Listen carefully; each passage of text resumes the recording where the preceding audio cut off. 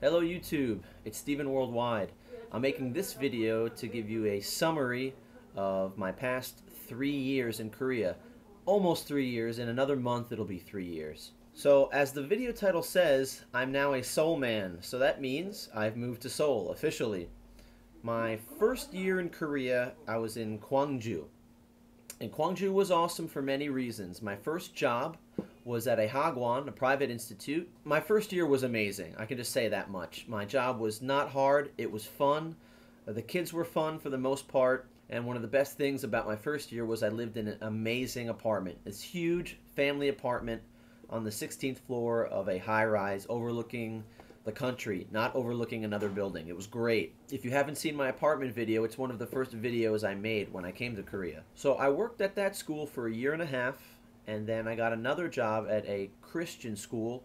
It was a private elementary school. I attended a large church in Gwangju. It was a large Korean church, but they had an international and they had a separate English ministry.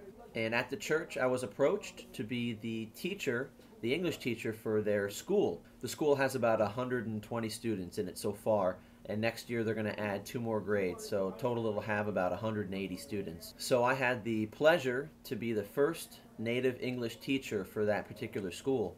And that school was wonderful. The students were really great. The faculty and the other teachers were really kind and helpful, and I really felt welcomed at that school. And it was just a great job. I probably should have stayed there for another year. I was at that school for 1 year total, and instead of re-signing and staying for another year, I decided to come to Seoul. I decided to take a break and come to Seoul and get an education.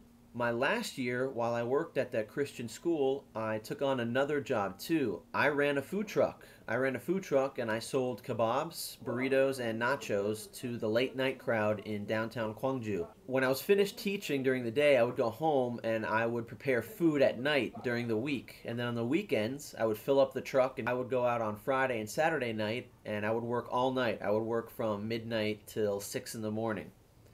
So that job was very tiring, but it was also very rewarding. I loved making the food, and I loved the customers, the people that were hungry, and they loved the delicious food. Also, one of the cool things about that experience were a lot of foreigners came to the truck, and they recognized me from my videos. They saw me, and they said, "You're StephenWorldwide, I can't believe it. I found you. You're here in Gwangju, and you're making kebabs?" I was like, "Yeah, you want a kebab?" So it was really cool. So that was a great experience because foreigners thanked me for making my videos and told me that they were really helpful in their research on whether or not to come to Korea and what to expect. So I sold my business, and actually the kebab truck is coming back and it's still in operation in Gwangju. Sold my business and I decided to come to Seoul to do a CELTA. A CELTA is an internationally recognized course for training teachers how to teach English to adults internationally. So I wanted to do that because I never really got any formal training on being an English teacher. I just came here and got the textbooks at the schools and did my best to be a good English teacher. You know, you could learn as you go and be a great English teacher doing that. The CELTA, which is backed by Cambridge University, it's internationally recognized and it's one of the top certifications for teaching English. So I wanted to get that certification so that I can, get a better training for being an English teacher and also open up some doors to get a university job in the future. Now, I'm not exactly sure when or where I will go back to teaching, but I want to have the opportunity to teach all over the world if I choose to. Now, the CELTA is offered in many cities. It's offered a lot of places all over the world. And here, I could have gone to Shanghai, could have gone to Taiwan, or I could have gone to Japan. I could have taken, or Bangkok, I could have taken the CELTA course as a 1-month intensive course in any of those cities, but I decided to save a little bit of money on living expenses and traveling and just do it here in Korea, here in Seoul. And the major difference is in Seoul, it's a 3-month part-time course. So that might be a little easier, I think. I have a lot of free time. The class is every Tuesday, Thursday, and Saturday. And then it's from 9 in the morning to 1 p.m. So I'd have a lot of time to plan my lessons and do all the assignments because the course is very demanding. Usually it's a 1-month course. You're in class from 9 in the morning till 5 p.m. and then when you get home, you have to do all your assignments. It's a lot of work, so I'm happy to take the part-time class. So I didn't come to Seoul because I wanted to get away from Gwangju and I wanted to move to the big city.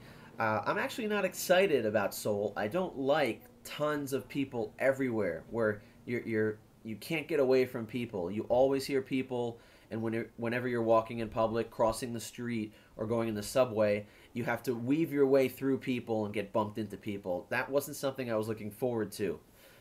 I experienced that partially when I used to visit Seoul, and I couldn't imagine living in that.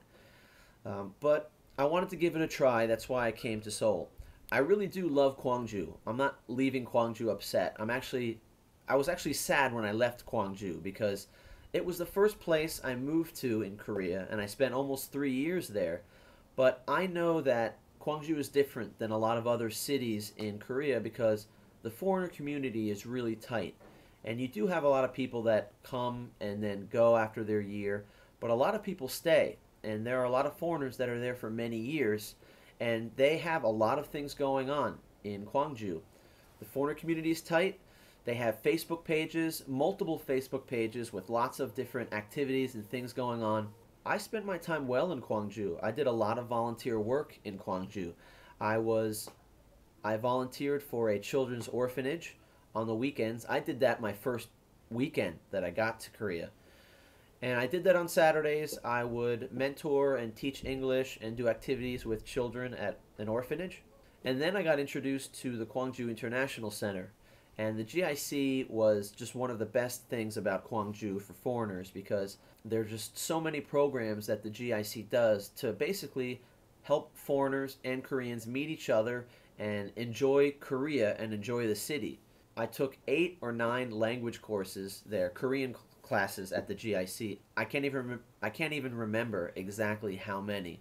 Also, I got involved with the Gwangju News magazine. The Gwangju News magazine is an English magazine in Korea. It's actually the longest running English magazine in the country. Now, before I came to Korea, I wasn't a writer, but just making some friends in Gwangju, I got recruited to do an article for the magazine. I did the article, it came out pretty good, and the editor asked me if I could do some more. I got to proofreading, I wrote articles, and then eventually ended up on the editing team. So I was editing for the magazine too, helping put the magazine together every month, and recruiting new people who wanted to contribute to the magazine. So that experience was also really rewarding, so now I can put on my resume that I contributed and wrote for a magazine. I still contribute a little bit for the magazine. If you want to see some of my articles, you can go to gwangjunewsonline.com. And I have a lot of articles called Behind the Myth, where I talk about certain superstitious beliefs that Koreans have that may or may not be true. So I moved from Gwangju to Seoul. I've been here in Seoul for about a week, and it's been pretty fun, but it hasn't been that eye-opening to me because I've been to Korea for 3 years. I'm comfortable with the language, and I've visited Seoul many times. So the only adjustment was really learning the subway system and figuring out what buses go where. And again, I got lucky with my apartment. I rented an apartment that's only 10 minutes away from my course by bus.